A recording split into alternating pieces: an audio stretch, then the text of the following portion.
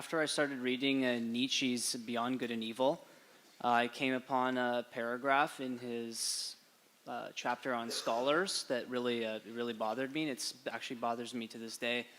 He talked about this kind of person like they were just a mirror, like they stretched, he said, every part of their skin basically to allow every new piece of information that they took on, and that all they ever were was just an instrument. They were just a mirror and reflecting what they had learned, never actually having generated anything on their own. And it's bothered me because I feel like in a way it sort of like it's impacted my identity a lot, because I don't know, how are you supposed to create something, so.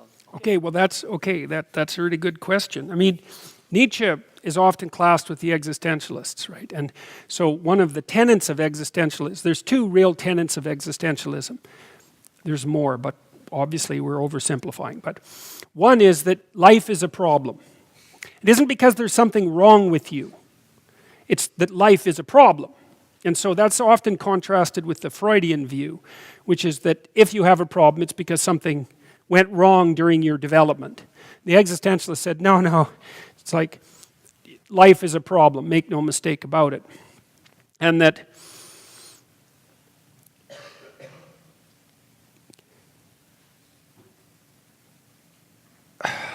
the purpose of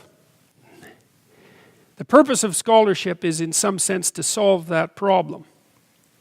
And so for Nietzsche, like he said, all truths are bloody truths to me. And what he meant by that was that if an idea didn't incarnate itself in you and transform your perceptions and your actions, then you were merely possessed by the idea. You were merely a spokesperson for the idea. Or you could say that the idea possessed you. You're a puppet for the idea. It's not you. It's the idea is in you and it has you. You haven't taken the idea and incorporated it with you and made it part of your life.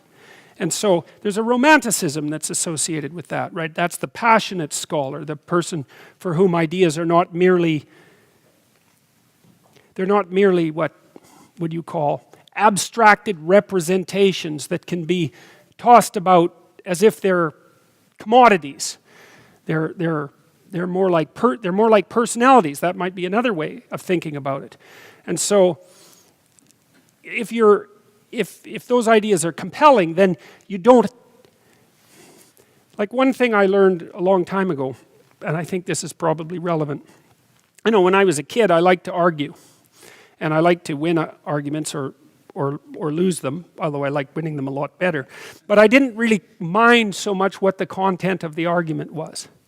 I could engage in it like a sparring match, and it was in some sense to establish dominance, right? To establish intellectual dominance. I quit doing that when I was in my mid-20s because I thought that was too shallow an approach to the ideas. They're not commodities of that sort. They have tendrils that reach down into the living. That's the right way to think about it. And so Nietzsche's criticism of scholars, and he did this a lot, was that they were bloodless. They were full of performative contradictions. That's another way of thinking about it. They'd say one thing and do another because their intellect was completely dissociated from their actions. And he thought that was a very bad idea. And I think that that's a good criticism. I think it is a bad idea. I also think it makes for an extraordinarily boring lecturer. Because you can tell if you're listening to someone whether the ideas that you're hearing are merely being passed through the person as if they're being memorized, say, or whether they're part of the dynamic core of the person. And if they're part of the dynamic core of the person, then they're almost always engaging and gripping. And so he wasn't a fan of bloodless scholars. And I think that's correct, because one of the things that I see, it's not a good idea to have ideas possess you. Unless you know what the ideas are up to. And lots of people are possessed by ideas rather than possessing them. And what that means is they haven't taken the ideas and integrated them into their own being. They haven't, it's like an incarnation in a sense. They haven't incarnated the ideas in embodied form. And so they're incomplete. You know, Nietzsche also, in Thus Spake Zarathustra, when Zarathustra comes down the mountain, he sees a bunch of people gathered around a famous individual, I think maybe a scholar, but it doesn't really matter. And when Zarathustra goes and looks at the person, all he sees is a little tiny midget with a gigantic ear. And so he's a hyper specialist, right? And so he has a pretty impressive ear, but he's only this big.